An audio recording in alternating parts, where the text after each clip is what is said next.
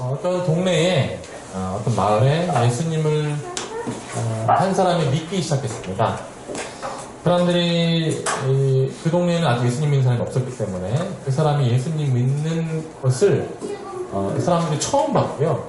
제 얘기는 그 동네에서 그런 형태의 신앙생활하는 것을 처음 봤고요.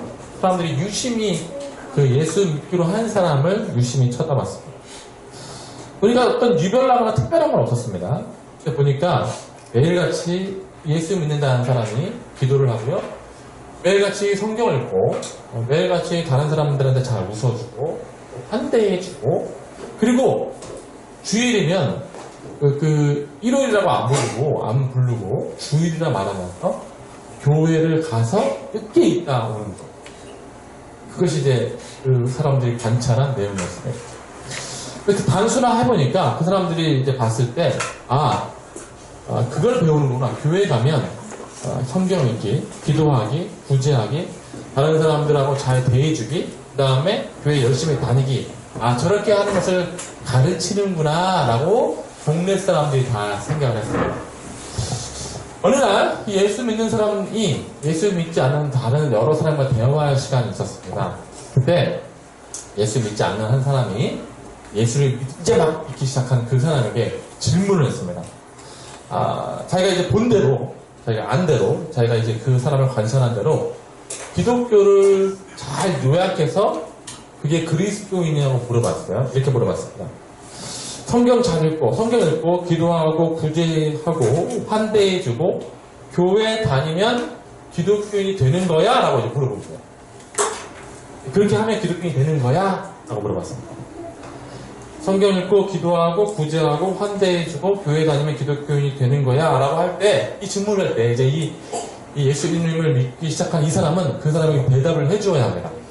자, 성도 여러분, 그렇게 하면, 그러니까 성경을 읽고 기도하고 구제하고 교회 잘 다니면 기독교인이 되는 거야 라고 할 때 되는 거야 라고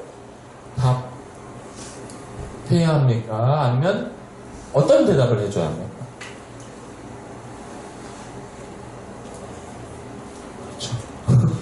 그렇죠. 대답을 해줘야 되는데 이 예수 믿기로 한 이 사람도 대답을 해줘야 하긴 하는데 그래 단순히 근데 그렇게 말할 수는 없거든요. 그쵸?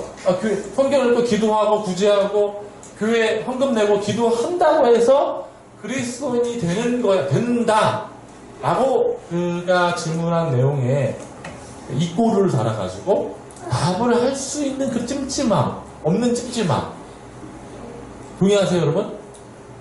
동의 안 하시나? 타 종교는 가능합니다. 타 종교는 어떤 종교기관에 지속적으로 다니고 거기에 종교기관의 행사에 참여하고 종교기관의 경전을 읽고 그래야만 그 경전 안에 있는 내용들을 실천했을 때 그 사람을 어떤 그 종교의 신자다, 불교신자, 유교신자, 신자다 라는 것의 신자로 역임받을 수 있습니다. 그러나 우리가 기독교를 얘기할 때는 그렇게 하면 기독교인이 되는 거야 하고 그 이꼬르를 붙이기가 사실 살짝 어렵잖아요. 어려운 이유가 뭡니까? 회선자매가 손 드신 거예요? 눈썹 맞으신 거예요? 그렇게 하면 되는 거야 라고 할 때 그게 어려운 이유가 뭐죠? 더가, 우리가 그 더를 얘기하려고 하는 거죠. 더가 뭐죠? 그 더가 있다는 거예요. 우리는 다 알고 있습니다.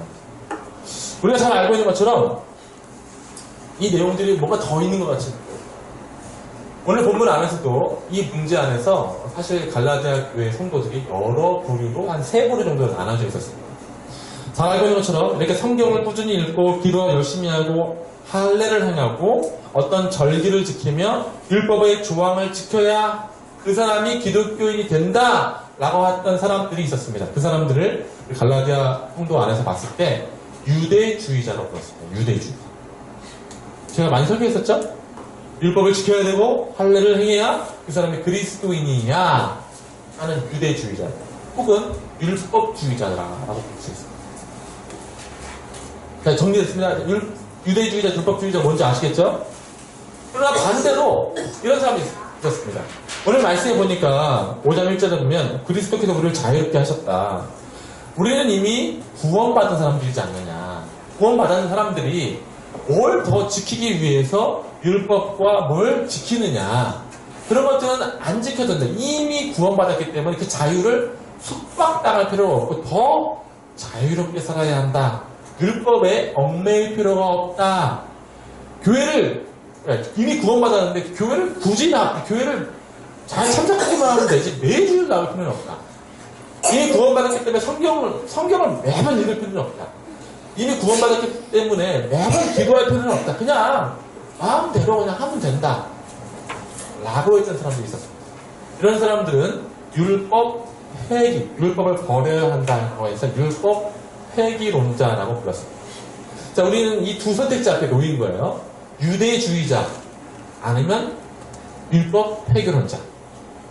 여러분들은 어느 쪽 입장입니까?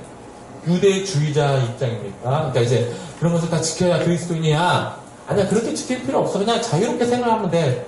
나는 율법 폐기론자이죠. 우리 질문, 우리 명언이 그렇게 없네. 어디에 해당되십니까?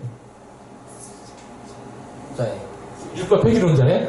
아, 이거 심각합니다. 네, 여러분, 유대주의자도 그렇고, 율법 폐기론자도 그렇고, 둘 다 뭐예요? 둘 다? 아니, 둘 다? 이단이야, 이단. 둘 다 이단입니다.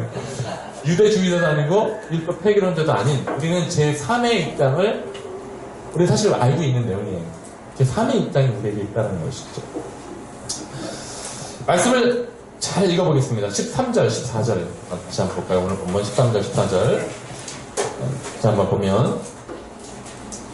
다 함께 한번 읽어봅니다. 시작. 인자들아, 너희를 자유를 위하여 부르심을 입었으나, 그러나 그 자유로 육체의 기회를 삼지 말고, 오직 사랑으로 서로 종로를 하라. 온 율법은 내 이웃 사랑하기를 내 자신같이 하라 하신 한 말씀에서 이루어졌나니. 아멘. 오늘 본문의 입장에서 보면, 성경이 바울의 입장을 기록함으로 어떤 것이 기독교인이 되느냐의 본질을 지금 얘기하고 있어요. 13절, 14절에 그런 얘기 나와 있는데 13절 전제가 그렇습니다. 우리가 모두 다 자유자이다. 자유자이다. 우리는 성경을 읽을지 기도를 할지 말지를 결정하는 자유자입니다. 그렇죠? 다 자유롭게 살만하잖아요. 어떤 것을. 근데 율법주의자, 유대주의자들은 어떻게 생각하냐면 내가 이 자유 시간에, 내 자유로운 시간에 내가 굳이 다른 걸 할 수 있었지만 굳이 성경을 읽는 걸 선택한 거예요. 내가 다른 걸 할 수 있었지만 내가 굳이 기도하는 걸 선택한 겁니다. 내가 굳이 전도하는 걸 선택한 것이고 굳이 오늘 교회를 나온 거예요. 그러면 내가 한 거잖아요. 내가 이 자유 시간에 자유를 버리고 굳이 그걸 지켜냈단 말이에요. 그러니까 하나님 앞에 내가 나를 주장할 만한 근거가 생긴 거죠. 그렇죠? 내가 이걸 포기하고 나온 거잖아요.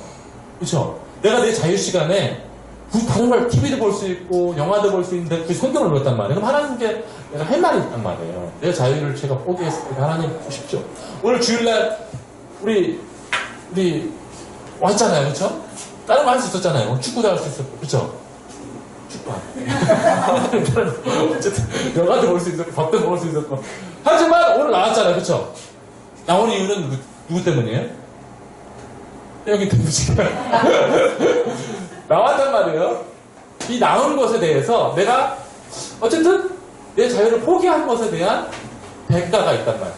그 대가가 뭐냐면 저라고 따라서 하면 자기의가 생기는 거죠. 내가 이걸 포기했으니까 이게 된 거 아닙니까? 하나님께 할 말이 생기는 자기의가 생깁니다. 어쩔 수 없어요. 내가 뭘 지켰다, 내가 뭘 행했다라고 생각하면 필연적으로 그렇게 갈 수밖에 없어요. 자, 내 자유가 안에서. 그러나 아까 율법 폐기론자들은 이 자유 안에서 더욱더 자유를 누려야 한다고 생각을 하는 사람들입니다.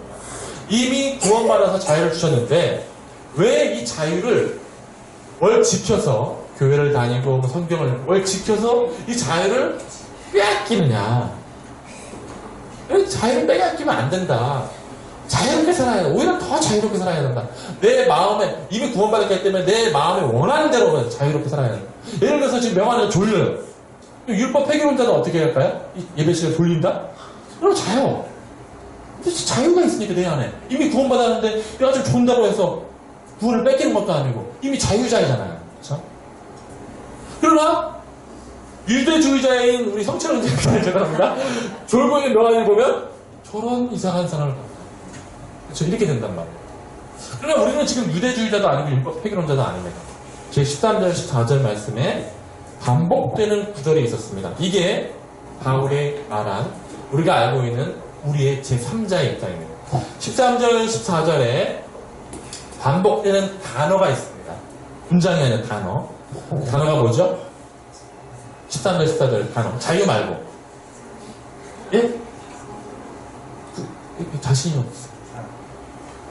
형제들아 너희가 자유를 위하여 부르심을 입었으나 그러나 그 자유를 육체의 기회를 삼지 말고 오직 사랑으로 서로 동료로 살아. 그 다음에 14절에 온 율법은 내 이웃을 사랑하기를 내 자신같이 하라 하신 한 말씀에서 이루어졌다니. 아멘. 반복되는 단어는 바로 사랑인데요. 율법은 그것을 했느냐 못했느냐, 그것을 지켰느냐 못 지켰느냐의 행위의 문제로 가면 결과적으로는 언제나 반드시 나의 의의가 결론적으로 나올 수밖에 없습니다. 율법은 행위적 접근으로 가면 안 되고요. 그러니까 우리의 모든 종교생활, 우리의 모든 신앙생활은 행위적 접근으로 가면 안 되고요. 저를 따라서 합니다. 동기적 접근을 해야 한다. 예. 저와 여러분의 모든 그 어떤 신앙생활의 모습이 뭘 했느냐 안 했느냐, 헌금을 드렸느냐, 예배를 성경을 읽었느냐, 기도를 했느냐 안 했느냐에 가면 그걸 한 나밖에 그걸 지켜낸 나, 그 자유를 반납하고 그걸 만들어낸 나가 집중되어집니다. 여러분들이 오늘 예배 올 때, 혹은 여러분들이 오늘 헌금을 드릴 때, 혹은 여러분들이 집에서 성경을 읽을 때, 그 모든 걸 행할 때, 그 행하는 동기에 뭐가 있어야 돼요? 사랑이 있어야 돼요.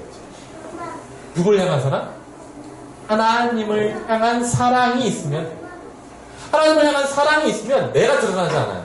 하나님을 사랑해서 내가 예배를 드리는 것이고요. 하나님을 사랑해서 헌금을 드리는 것이고, 하나님을 사랑해서 내가 성경을 읽는 거잖아요. 그러니까 동기적 접근이 사랑이 있으면 나가 주장되지 않아요. 또 사랑이 있으면 그 율법을 폐기하지도 않습니다. 내가 사랑하기 때문에 그것을 지켜내는 것이고, 그걸 사랑하기 때문에 그것을 행하는 것이고, 사랑하기 때문에 그 자리에 있는 것이죠. 오늘 말씀의 가장 핵심적인 구절은, 핵심적인 내용은 뭐냐면, 율법의 어떤 지킴은, 어떤 사람들을 사랑하는 모든 내용들은 결국 우리의 동기의 문제이고, 우리 동기 안에 그 사랑을 가지고 지금 그것을 하고 있느냐, 안 하고 있느냐의 문제입니다. 아까 처음에 제가 예화를 들었던 그 질문, 성경을 읽고 기도하고 구제하고 환대해주고 교회 다니면 기독교인이 되는 겁니까? 그 사람이 기독교인입니까? 라고는 말할 수 없지만, 그렇게 행위의 접근으로 말할 수 없지만 동기적 접근으로 말할 수 있습니다. 그 사람이 그런 모든 사랑을, 그런 모든 행위를 할 때 그 동기가 하나님을 사랑하고 이웃을 사랑하는 마음이 있는 그 동기를 가지고 성경을 읽고 예배를 헌금을 드리고 신앙생활을 하는 그 모습들이 있다면 그 사람은 우리가 알고 있는 기독교인이 아닌 것이죠. 그래서 여러분과 우리가 오늘 사실 핵심적인 성경의 내용은 여러분과 저의 동기, 여러분들 오늘 어떤 마음으로 예배를 하고 오셨습니까? 여러분들 이 행위가 이 중에 앉아있는 우리 중에 누구에게 행위를 증거하기 위해서 나왔습니까? 그러면 그 행위를 보여주고 싶은 그 사람에게 있는 나의 의만 남습니다. 저한테 혹시 목사님 저 교회 잘 다녀요 라고 보여주려고 이 교회 나왔다고 한다면 그것만 가지고 가는 거예요. 자기 의. 저 앞에 목사님 앞에 저 교회 나왔잖아요 라고 하는 의만 가지고 가는 거예요. 이해되시죠? 그러나 여러분들이 이 예배 안에서 하나님을 사랑하는 모습, 그 동기를 가지고 주일 아침부터 준비해서 막 씻고 나오고 해서 헌금을 정성스럽게 준비해 드리고 말씀을 잘 경청해서 듣고 그 다음에 말씀 안에서 내가 기도하고 하나님을 알려고 하고 하나님을 더욱더 기쁜 교제 가운데 나아가려고 하는 동기적인 몸부림이 있다고 한다면 그것이 참 예배의 본질이고 참 기독교인의 본질이 있는 것입니다. 저도 매일 성경 읽고, 저도 매일 기도하고, 저도 매일 교회 다니고, 이웃을 섬기고, 구제하며 살아갑니다. 하지만 그런 것들을 행하고 있는 나를 자랑하고 싶지는 않습니다. 여러분들 행하고 싶은 나를 따라라! 뭐 그렇게 하고 싶다. 그런 거 중요한 게 아니죠. 자, 여러분들을 위해서 성경 공부를 준비합니다. 수요일날 창세기 이런 것들은 사실 시중에 교재가 없고 제가 다 논문만 가서 연구해야 되거든요. 다 그런 걸 연구해서 하는 이유는 제가 이걸 지켜서 내가 이렇게 멋있는 사람이야 라고 여러분들에게 알려줄 의도는 전혀 없어요. 그렇게 해서 여러분들을 섬김을 통해서 제가 여러분들을 얼마나 사랑하는지에 대한 사랑을 제가 표현하려고 하는 거죠. 자, 여러분들 질문하겠습니다. 사랑하는 성도 여러분, 하나님을 사랑하셔서 예배하십니까? 이웃을 사랑하셔서 그 사람을 사랑하셔서 기도하십니까? 여러분은 이 한국 땅에 사시면서 한국을 사랑하며 사십니까? 우리 모든 신앙생활에 하나님을 사랑하여서 여러분의 이웃을 사랑하면서 말씀을 읽고 기도하고 구제하고 있느냐? 이런 동기의 사랑이 없으면 우리를 그리스도인이라고 하는 내용을 증명하지 못합니다. 지난 1주년 예배 때 토요일 날 저희 어머니가 오셨더랬어요. 저희 어머니 다 보셨죠?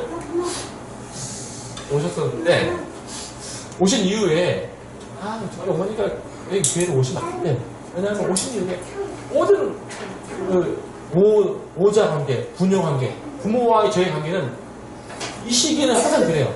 뭐가 있습니까? 항상 잔소리가 있으시죠. 잔소리를 들어야 되는 저가 있잖아요.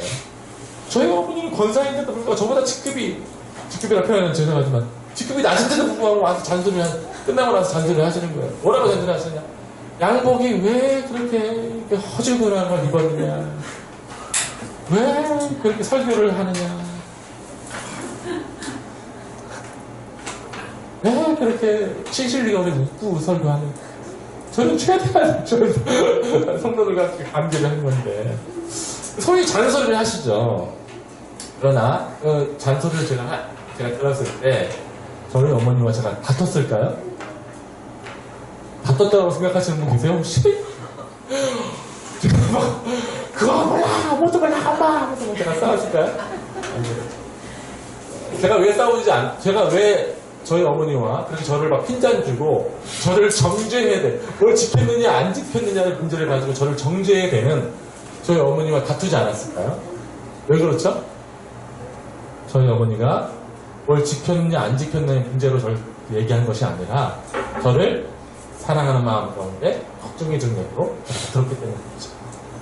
그냥 그 얘기는 그래 엄마 다음 그래 괜찮아 우리 교회 괜찮아 그냥 술술 넘어가면 되는 거예요. 거기다 대고 그 사랑을 모른 채 말대꾸하면 그 자식이 이상한 자식이죠. 그럼 만약에 우리 어머니가 아닌 저를 한 번도 보지 못하고 저와 어떤 사랑의 관계가 없는 사람이 저한테 와서 설교가 어쩌느니 양복이 어쩌느니 교회가 어쩌느니 이런 소리를 저한테 하자면 저는 어떻게 할까요? 당장 가서 당신이 교회에 대해서 뭘 아느냐 나에 대해서 뭘 아느냐 대판 싸우죠. 문제는 뭘 지켰느냐 안 지켰느냐의 문제가 아니라 사랑의 문제. 사랑이 있으면 관계가 시작되고요. 그 관계 안에서 그 행함의 의미가 시작되게. 오늘 설교 제목이 율법은 어떻게 완성되어졌는가의 문제 제목입니다. 율법은 어떻게 완성되어지느냐? 율법은 그것을 지켰느냐 안 지켰느냐의 문제로 완성되어지는 것이 아니라 율법은 그것을 지킬 때에 그 지키는 동기에 하나님을 사랑하는가, 이웃을 사랑하는가의 동기가 있는가로 그 율법이 완성되어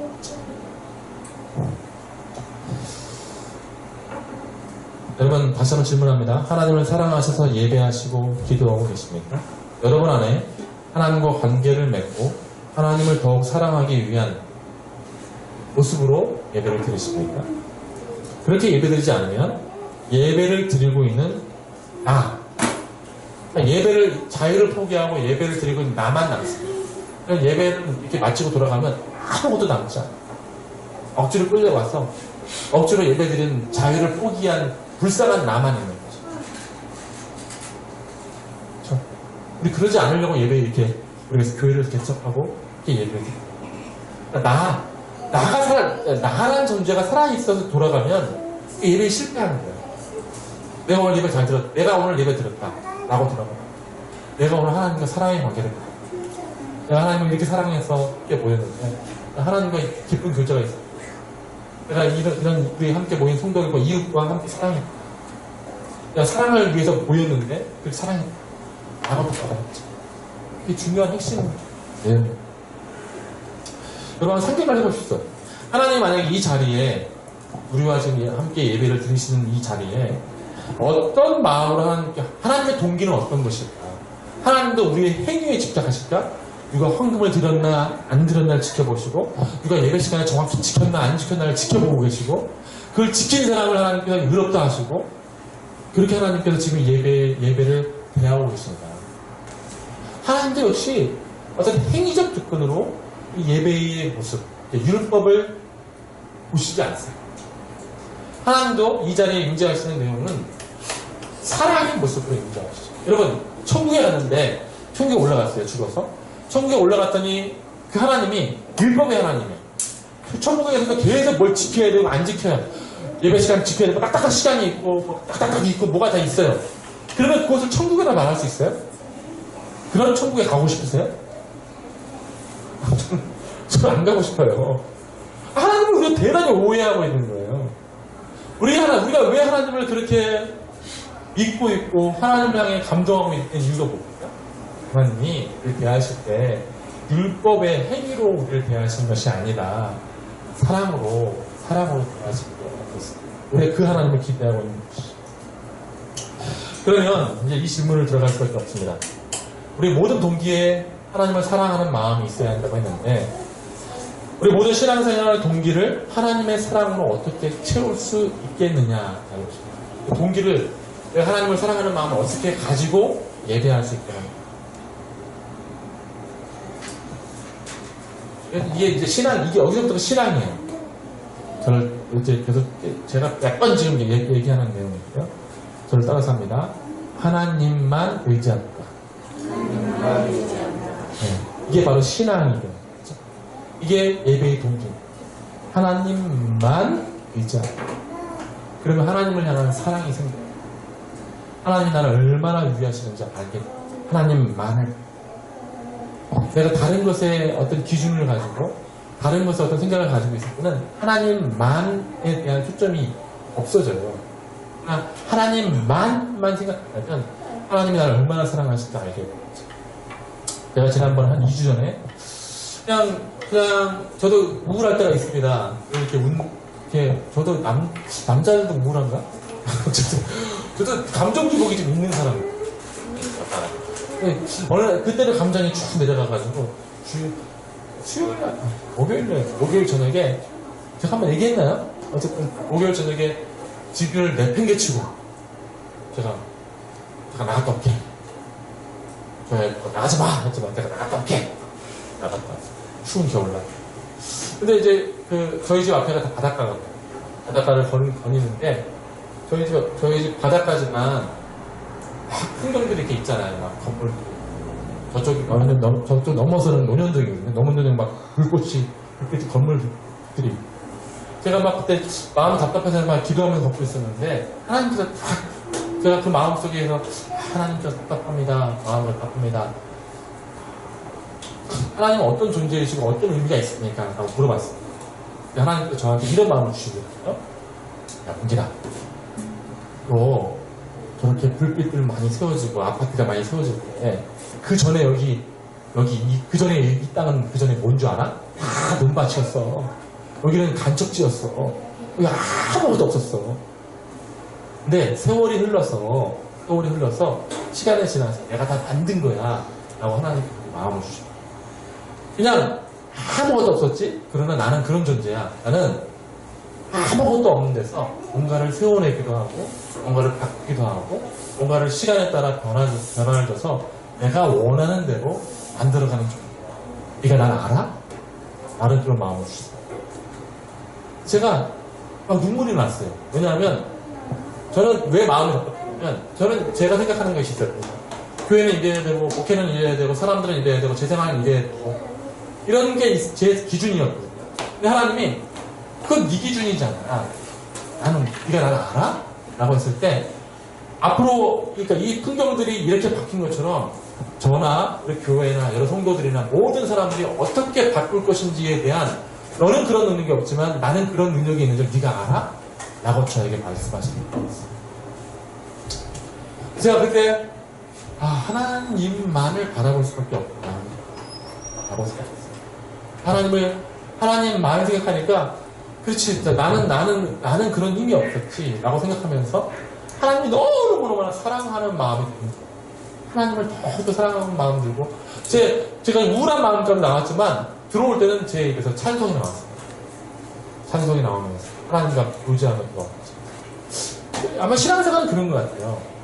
내가 얼마나 다른 것을 의지하지 않고 하나님만을 의지하는 거예요. 우리 하나님과 사랑하는 동기가 없는 이유는, 그런 사랑하는 마음을 채우지 못하는 이유는 우리가 하나님에 대한 하나님만을 의지하는 것을 잘 못하고 있기 때문이 아닌가 싶습니다. 하나님만을 의지하지 못하는 첫 번째 이유, 하나님의 사랑을 느끼지 못하는 첫 번째 이유는 뭐냐면, 제가 잠깐 말씀드렸지만 첫 번째 이유, 내가 중심이 되어서 내가 하나님의 사랑을 판단하려고 하기 때문에 그렇습니다. 명왕자님, 어떨 때 하나님의 사랑을 느끼세요? 자, 다 만들 거예요. 왜냐하면 명왕자님의 사랑의 느낌은 명왕형제만의 방식이에요. 하나님이 이렇게 해줄 때 내가 사랑을 느껴요. 그렇죠? 똑같았어요. 이번 주 금요일 날, 목요일인데 저희 둘째 아들 생일이었어요. 둘째 아들 삐져있네. 생일이었어요. 제가 원하는 생일 선물이 있죠. 부모가 원하는 생일 선물이 있죠. 그러나 저는 정말 학습에 관련된 생일 선물을 주고 싶었어요. 그러나 저는 지금 제가 들고 있는 거 조그만 거 보여줄래? 잠깐 보여줄래요? 이거. 여러분 이게 얼마짜리인 줄 아세요? 정말 진짜 열받아 진짜. 이게 얼마짜리인 줄 아세요? 이거 맞춰보시는 분에게 제가 25,000원까지 아니고요. 2만원이에요. 이게 2만원. 뒤집어줘요, 안 뒤집어줘요? 뒤집어줘, 제가. 제가 저걸 사달라고 날린 거예요. 만약에 진짜 제가 제 기준으로 저걸 안 사주면 어떻게 돼요? 제가 부모가 제가 사랑하는지 제가 압니까? 모르겠어요. 공책 이만큼 사주고 색연필 이만큼 사줘도 제가 알아요, 몰라요? 모른다고요. 그러니까 명한한테가 물어봤잖아요. 하나님 사랑 어떻게 알겠는가? 우리 기준에 맞는 것을 행할 때 하나님이 사랑하시는지 안단 말이에요. 그러니까 문제는 우리 기준이에요. 우리의 근거 때문에, 우리가 정해놓은 근거와 기준 때문에 하나님의 사랑이 안 느껴지는 거예요. 하나님은 이렇게 하셔야 내가 사랑받는 느낌이에요. 그렇잖아요. 문제는 뭐냐면 성경에 있는 건 하나님은 중요하지 않아요. 내 기준의 성경이, 내 기준이 내가 성경이라서 내 기준에 맞게 하셔야지 내가 하나님의 사랑을. 그게 첫 번째 이유입니다. 우리가 사랑을 느끼는 것. 두 번째 이유는 좀 더 심각합니다. 저와 여러분이 다양한 어렸을 때 삶의 방식 안에서 하나님에 대한 상을 잘못 투영해서 하나님께 바라볼 때가 있어요. 우리는 성경을 다이렉트로 읽어가지고 어렸을 때부터 하나님 만난 것이 아니라 여러분들의 부모님과 우리가 하나님을 대할 때 하나님 높으신 분이잖아요. 그 높으신 분이라 생각하면서 다른 높은 분을 통해서 하나님을 바라봐요. 예를 들어서 우리의 높았던 분들, 아버지, 선생님, 어머니 이런 분들이 여러분들을 대할 때 엄하게 대했거나 때렸거나 학대를 했거나 그러면 하나님에 대한 상을 그릴 때 어려워요. 왜냐하면 사랑의 하나님, 권위 있으신 하나님이 사랑의 하나님인데 내가 어렸을 때 그런 경험이 없으면, 내가 커올 때 그런 경험이 없으면 그게 정확히 뭔지 몰라요. 그렇기 때문에 상을 내가 나에게 영향을 줬던 그 사람을 통해서 하나님을 바라요. 그러다 보니까 그 기준에 의해서 하나님이 왜곡돼요.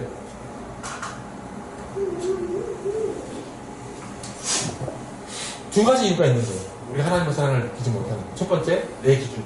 두 번째, 내가 가지고 있는 그 의식 안에 하나님을 향한 잘못된 기준과 선입견.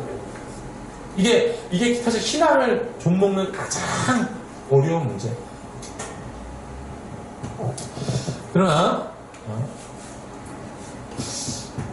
이 기준을 버리지 않으면 마음이 오픈되지 않고요. 하나님의 사랑을 발견하지 못해요. 그래서 여러분들이 하나님의 사랑을 가지고 이 모든 신앙생활을 해나가려면 먼저 마음을 오픈하셔야 돼요. 그냥 기준이 버려져요.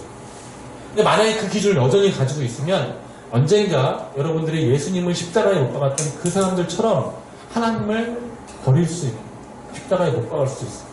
여러분, 예수님을 못 박았던 사람들이 왜 예수님을 못 박았어요?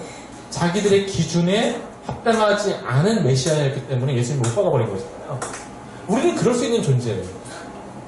내가 하나님을 이렇게 생각했는데 하나님 나에게 안 준다? 뭘 안 한다? 내 무의식 속에 그런 하나님이다? 좀 하나님을 그냥 못 박아버리고 싶은 마음이 우리 안에 있는 것입니다. 하나님의 사랑을, 하나님에 대한 사랑을 알지도 못한 가운데 있는 것이죠. 기준을 버려야 하는 거예요. 기준이 우리가 하나님을 사랑하는 내용들을 막고 있습니다.